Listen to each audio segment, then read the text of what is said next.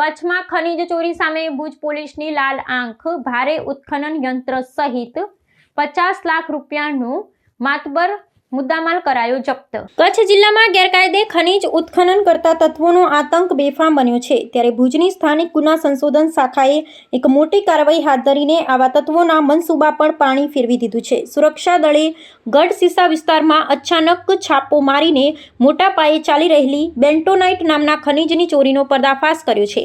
પોલીસની આ ઓચિંતી અને સઘન તપાસથી ગેરકાયદેસર પ્રવૃત્તિઓ ચલાવતા વર્તુળોમાં ભારે ફફડાટ વ્યાપી ગયો છે। પ્રાપ્ત વિગતો અનુસાર ગઢસીસાની સીમમાં કોઈપણ પ્રકારની સરકારી મંજૂરી વિના રાજ્યની ખનિજ સંપત્તિનું વ્યાપક ખોદકામ કરવામાં આવી રહ્યું હતું। આ ગેરકાયદે પ્રવૃત્તિની ચોક્કસ બાતમી મળતા જ પોલીસ અધિકારીઓએ ત્વરિત પગલાં લીધા હતા। ઘટના સ્થળે બેન્ટોનાઇટ ખનિજ બહાર કાઢવા માટે ઉપયોગમાં લેવાતા એક ભારે ઉત્ખનન યંત્ર સહિત કુલ 50 લાખ રૂપિયાનું માતબર મુદ્દામાલ જપ્ત કરવામાં આવ્યો છે। સરકારી તિજોરીને આર્થિક નુકસાન પહોંચાડતા આ કૌભાંડને ડામવા પોલીસે અત્યંત કડક વલણ અપનાવ્યું છે।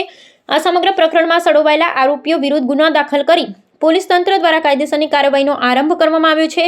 ઝડપાયેલા આરોપીઓની સઘન પૂછપરછ દ્વારા આ ગેરકાયદે વ્યવસાયમાં જોડાયેલા અન્ય મુખ્ય સૂત્રધારો, પડદા પાછળના ગુનેગારો સુધી પહોંચવા માટે તપાસના ચક્રો વધુ તેજ કરવામાં આવ્યા છે। તંત્રની આ કડક અને પરિણામલક્ષી કાર્યવાહીને કારણે ભવિષ્યમાં રાજ્યની કિંમતી ખનિજ સંપત્તિની લૂંટ પર અંકુશ આવશે અને જવાબદારો સામે દાખલારૂપ શિક્ષાત્મક પગલાં લેવામાં આવશે।